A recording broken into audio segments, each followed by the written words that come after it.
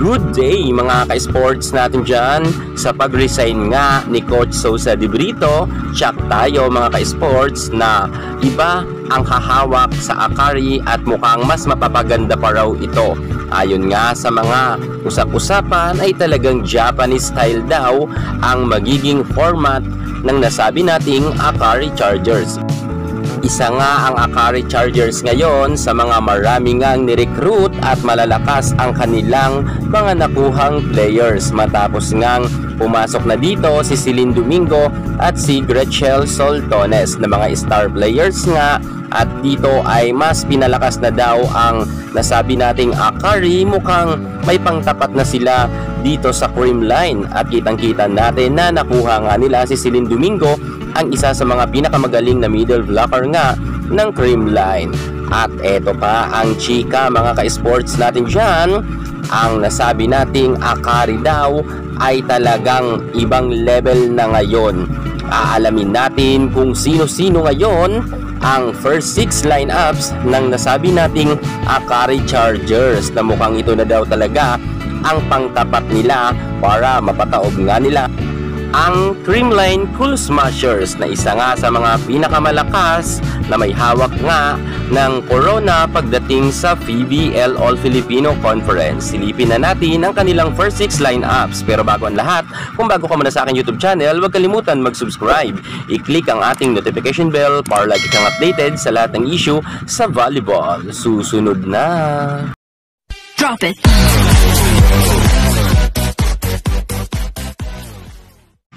Eto na nga mga ka-sports natin dyan, ang final lineups ng Akari Chargers na mas pinalakas na talagang magpapakawala daw ng pasabog ngayong PBL 2024. Unahin na natin dyan ang kanilang libero na si Justin Hazareno.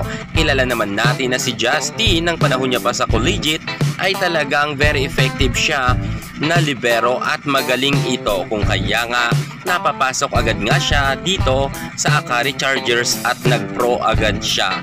At malaki naman ang nakita natin na naging potensyal ng batang ito sapagkat sobrang gumanda na rin ang standing ngayon ng Akari, sapagkat noon nga ay nasa mababa silang standing, pero kita naman natin nang nakakuha nga sila ng magaling na libero ay medyo nakatulong talaga ito ng malaki, kung kaya nga maganda nga palagi ang kanilang first ball. At syempre kapag maganda ang first ball mga ka-sports, nariyan naman ang kanilang magaling rin na setter. Walang iba kundi ang isa sa mga veterana na rin na maituturing natin na setter na si Michelle Cobb.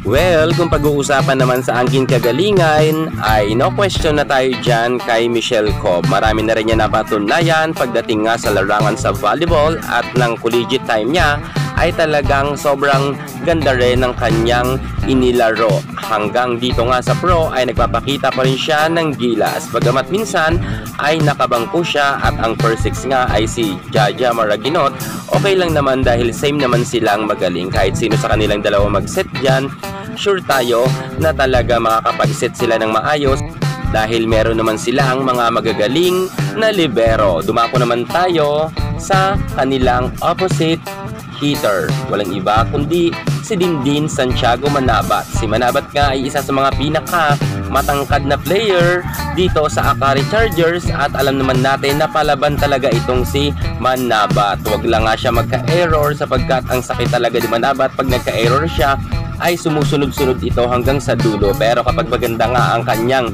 timing na nilaro sa una pa lang na first set ay talagang hanggang dulo ay hahataw to si Dindin Santiago Manabat. Dahil alam naman natin sa bukod sa matangkad ito ay may angkin kagalingan rin ito. At marami na rin siyang napatunayan pagdating sa larangan sa volleyball at makailan beses na rin siyang naging import sa ibang bansa.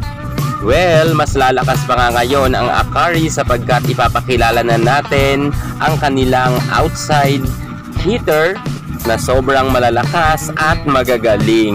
Ang dalawang ito ay magkasama nga sa loob ng court, walang iba kundi si Faith Nisferos and Gretchen Soltones. Ang dalawang ito ay sobrang mas maganda talaga magka-diagonal isang medyo mas bata-bata at isang veterana. Tsak tayo dito mga ka-sports ay maraming ang matututunan itong si Faith Nispero sa very talented na si Gretchen Soltones. Alam naman natin pagdating sa experience at pagdating nga sa napakaraming award na MVP ay meron na itong si Soltones. At syempre ma-adapt na yan ni Faith Nisperos ang mga moves nga ni Soltones sa loob ng court. Grabe mga ka-sports natin dyan, kaabang-abang talaga ngayon ang Akari Chargers dahil nga maraming ang nabago sa kanila. Bukod nga sa coaches, meron pa nga talaga silang mga naidagdag pa na mga malalakas na players. At eto pa nga mga ka-sports, ang fresh pa rin na galing naman sa Creamline Cool Smashers, ang kanilang ang middle blocker, walang iba kundi si Celine Domingo.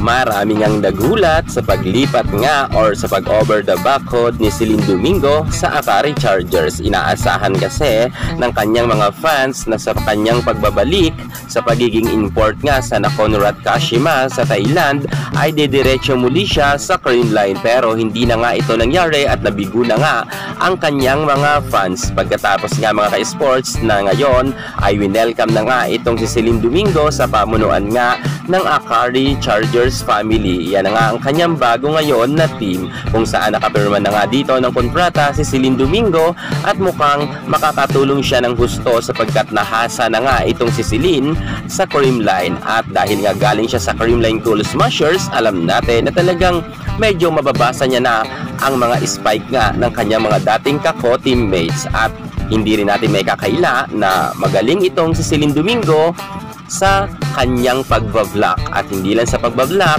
sobrang ganda rin ng kanyang mga zero tempo na atake. Yan ang ating aabangan kay Celine Domingo dito sa Akari Chargers. At syempre hindi lang naman dyan si Celine Domingo mga ka-sports ang malakas. Narito pa nga mga ka-sports ang palaban rin ang makakasama ni Celine Domingo, walang iba kundi si Fifi Sharma. Grabe talaga mga ka-sports natin dyan ang pasabog ng Akari Chargers sa first 6 lineups nila. Talagang malakas ito mga ka-sports. Ang libero nila solid, ang kanilang setter very solid rin. Tapos ang opposite hitter nila sobrang tangkad.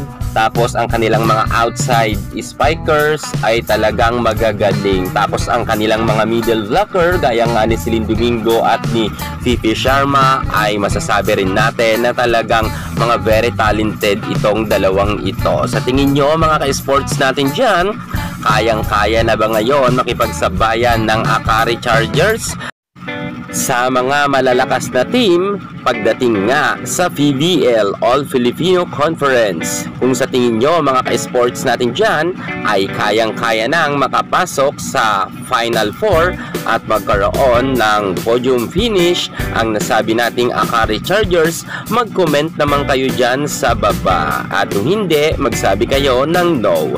Yan muna ang pinaka-latest natin pagdating nga sa pinaka-update natin dito sa Akari Chargers. At manatili nga kayong nakatutok sa aking YouTube channel sapagkat madalas nga tayong mag-a-update ng kanilang mga games sa papalapit na PBL All Filipino Conference 2024. Yan muna ang pinaka-latest natin sa mundo ng volleyball. At para hindi ka mahuli sa lahat ng issue pagdating sa larangan sa volleyball, subscribe na. Thank you so much. God bless.